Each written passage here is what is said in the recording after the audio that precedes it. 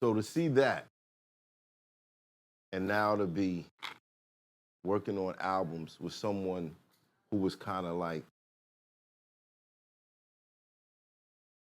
involved. I love it, bro. Listen, Jim is my brother. Like Jim is really, like when you see me and Jim together, like we really friends, bro. Like we really close. And that's a beautiful thing, because y'all ain't get along before. Nah, right. And that's the thing, like like, bro, we go to each other's cribs. We know each other's family. His mama called me, all that. Like we really family. Like it's things that is happening off camera. Like, you know what I'm saying? He coming to my crib to pick me up, and you know what I'm saying? It's shit that's happening off camera. Like, it's a beautiful thing, bro. Like for niggas to not be from a certain section in common, but to have experiences in common. Right. The lobby.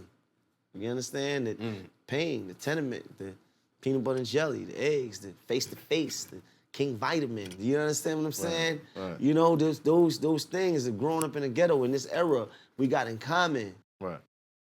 And for us to connect, for us to become family, for us to create business together, get money together. Right.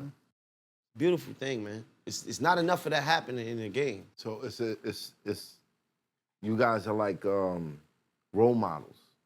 Now you're role sitting models? not role models in the set of like, yo, do everything I did. Right. But I like to look at myself as inspiration. Inspiration. Motivation. Right. You understand? Like motivation. Like when you I like to look at myself, and I always like to look at myself as somebody that people can identify with more or less than the role model. Niggas like, oh, these old niggas talking about they lobby boys. Well, here's the thing about that. Us saying that we lobby boys is us saying that where we come from, not where we at today. Right.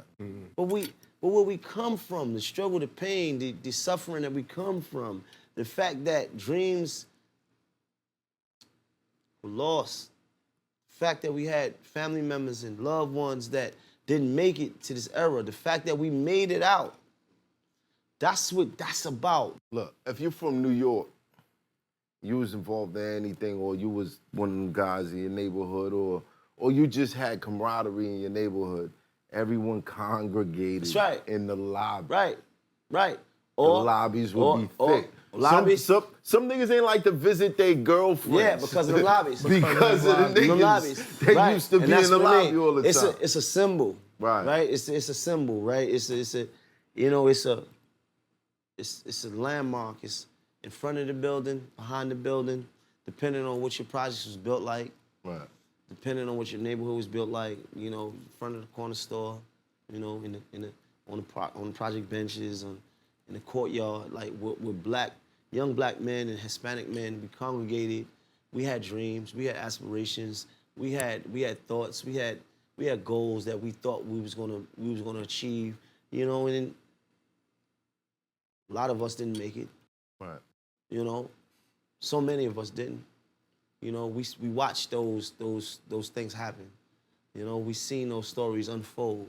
You know, so that's what the lobby was about. It's about us having that in common. You know, the peace is the door knocker. You know, I grew up in apartment 2B. You understand? With me, my mother, my brother, my father. You know, we grew up there. You know, in Louis Armstrong houses and they rock where I'm from. You know, said that we didn't have lobbies. We got lobbies, nigga. We got small, but we got lobbies. Right. You know, the thing is, like, us having that in common wasn't small, it was big. Right. Because when you think about the struggle, so much of us have that in common, right? So when we talk about me and Jim being at odds in the beginning, we had more in common than we had at odds. Mm-hmm. We had more in common.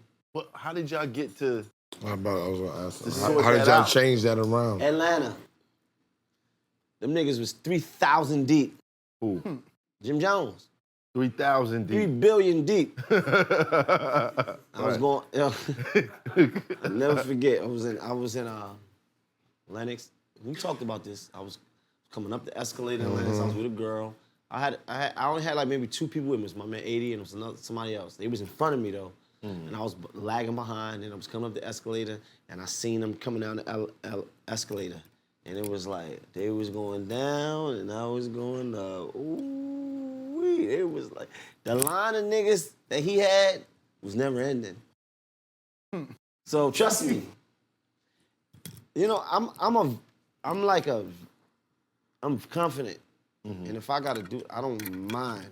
Like I would do what I gotta do. Like I go and I do what I gotta do. Right. But I will tell you that we lost. You would have lost. Plain and simple. You would have lost. Plain and simple. We lost. The odds is just too. It was just too great. Right. 3 billion niggas was you know what I mean? It was just Right. too great. It was so many niggas that he had with him. It was a lot of niggas. And then they was going down, and I was going up. And then I started walking. And then something told me, turn around. He was coming right back up. Look at him come behind me. The whole Come line. behind me, and then he started Right. walking on the side of me. And then, you know, we stopped. We started getting into a couple words, and, you know, but, you know, he had people that was there, like Sheik, you know, Melly, that knew us. So right then and there, me and him went into a store and talked one-on-one. What's up, nigga? I'm Jimmy Jones. What was the conversation? Yo, nigga. It was just like an introduction. What's up, nigga? Like, what up, nigga? Like, you know what? Like, none of this, like, we basically the same. Like, yeah. Like, What we doing? Yeah, not word for word, but it was just like, we connected, my nigga. I'll tell you this. Yeah. From that moment on, we connected. From that moment on, like, we connected. And I would see him, like, what up, nigga? Like, it was love. From that moment on, we've been cool, super cool. Like, we superior close now. Like, just like nothing now. Like, to see me and him together, to see me at an event with him or whatever, or him family around mine or my family around his. Like, it's nothing to see that now. Right. But that took years of building a relationship, which I love, the fact that we built that relationship. You know what I mean? We speak every day, every single day, you know what I mean? And I love the fact that, you know, my relationship with Fab, East, like, me and Because these Fab, are people that you didn't get along with. Yeah, me and Fab speak every day. Wow.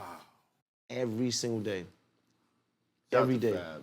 Every day. I So love man, him. apparently I got to speak to him every day for him to come on the show. So. This Hoffa, trapper turn smack rapper. Only smack rapper that you know is smack rappers. Got bars, I can hang with the backpackers. Trap star, I don't hang with the backpackers. I'm in the hood with the work, you heard. Making fiends leave earth, you heard. Got your baby mama thirst, you heard. Feel the flow, nigga, throw it in reverse. This the wave you need to surf, you heard.